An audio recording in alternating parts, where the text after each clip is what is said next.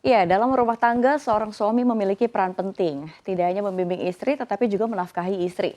Sehingga di pundak seorang suami terdapat kewajiban untuk menafkahi istrinya, baik itu secara lahir maupun batin. Namun, apabila seorang suami tidak bisa memberikan nafkah secara lahir untuk istrinya, ya paling enggak hendaknya seorang suami bisa menggantikan peran istri. Tetapi untuk long term, pasti ada efek sampingnya ya. Selengkapnya, kita akan bahas dalam hati-hati kalau Pak Su nganggur. Kita ke yang slide yang pertama. Ya, ketika suami yang selama ini dianggap sebagai tulang punggung rumah tangga tidak lagi bekerja, ini berbagai masalah mungkin akan dihadapi begitu ya. Bukan hanya beban sosial tapi juga berbagai risiko kesehatan yang mengingat ketika yang dihadapi hanyalah stres. Jadi sebuah penelitian terbaru ini menunjukkan bahwa suami yang memutuskan untuk di rumah dan tidak bekerja ini beresiko mengalami stres berlebih yang bisa berdampak pada kesehatan. Akibatnya ini resiko menderita masalah jantung, penyakit paru-paru kronis termasuk juga penyakit mah yang meningkat begitu ya. Ini cukup masuk akal. Jadi pria yang selama ini meyakini bahwa mereka ditakdirkan sebagai pemberi nafkah mungkin bisa merasa lebih tertekan di hadapan teman, anggota keluarga, bahkan pasangan dan anak mereka ketika maskulinitas ini, kepercayaan diri juga dan juga kompetensi pria ini berkurang.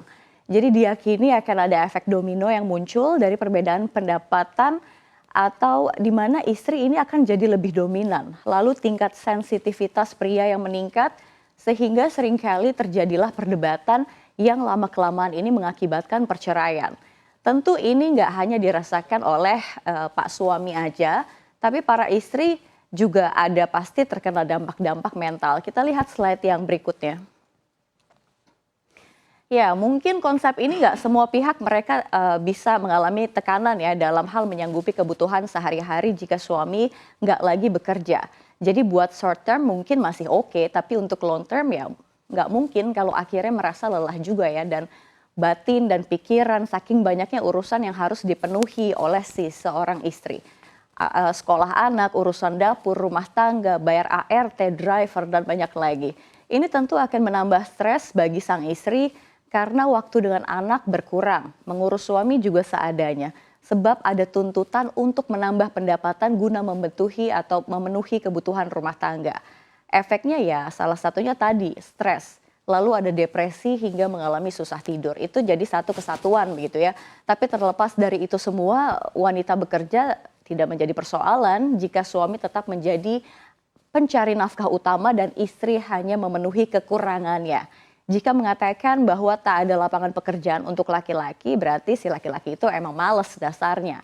Karena sejatinya pekerjaan itu bukan hanya yang ada di perkantoran atau perusahaan, jadi pekerjaan bisa kita bilang juga banyak bisa diciptakan jika memang punya tekad juga dan niat yang kuat begitu ya. Jadi paksu jangan berpikir soal gengsi begitu ya dan status dalam menilai suatu pekerjaan. Jadi selama itu pekerjaan benar dan halal ya why not gitu kan ya.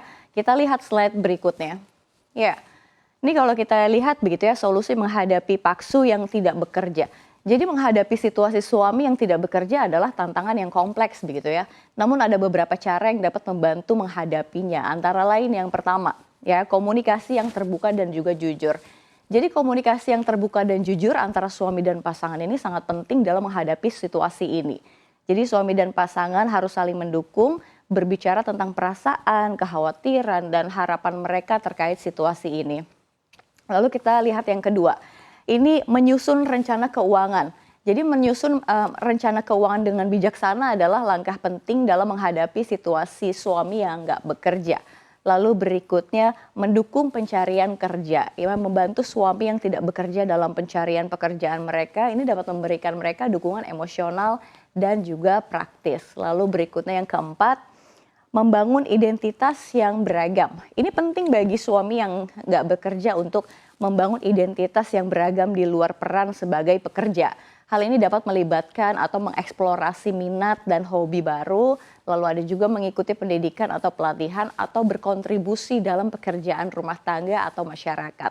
Ya, kita lihat Sobat Cuan, psikologi suami yang tidak bekerja itu jelas begitu ya, itu merupakan isu yang kompleks dan dapat memiliki dampak yang signifikan juga ke psikologi istri.